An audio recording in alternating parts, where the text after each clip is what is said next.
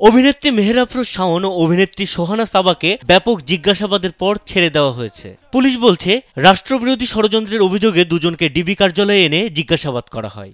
এরপর তাদের নিজ নিজ পরিবারের জিম্মায় দেওয়া হয়েছে।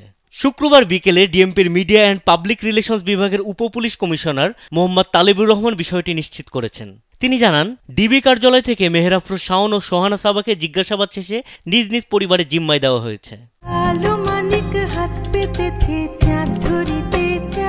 শুক্রবার দুপুরে রাষ্ট্রবিরোধী ষড়যন্ত্রের অভিযোগে আটক হওয়া অভিনেত্রী মেহের আফরোজ শাওন ও সোহানা সাবাকে জিজ্ঞাসাবাদ করেছে ঢাকা মহানগর গোয়েন্দা পুলিশ। তবে তাদের কোনো মামলা দেওয়া হয়নি। স্যান্ডেলিনা সো, রূপচর্চায় আভিজাত্য। গণমাধ্যমকে এ তথ্য দিয়ে ডিবির অতিরিক্ত পুলিশ কমিশনার রেজাউল করিম মল্লিক বলেছিলেন, মেহের আফরোজ শাওন ও সোহানা সাবাকে জিজ্ঞাসাবাদ করা হচ্ছে। তাদের কোন মামলায় গ্রেপ্তার দেখানো হবে সে সিদ্ধান্ত হয়নি। এ বিষয়ে পরবর্তী সময়ে জানানো হবে। এর আগে বৃহস্পতিবার সন্ধ্যা 7টার দিকে প্রথমে অভিনেত্রী শাওনকে তার ধানমন্ডির বাসা থেকে আটক করে ডিবির একটি দল। এর কয়েক ঘন্টা পর রাত 12:30টার দিকে একই এলাকা থেকে আটক করা হয় সোহানা সাবাকে।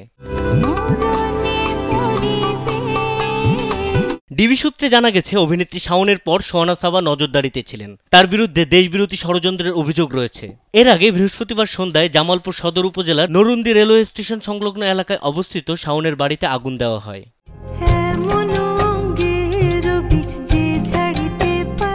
জাতীয় চলচ্চিত্র পুরস্কার পাওয়া শাওন 2024 সালে দ্বাদশ জাতীয় সংসদ নির্বাচনে সংরক্ষিত নারী আসনের প্রার্থী হতে ময়মনসিংহ বিভাগ থেকে আওয়ামী লীগের মনোনয়ন ফরম সংগ্রহ করেছিলেন।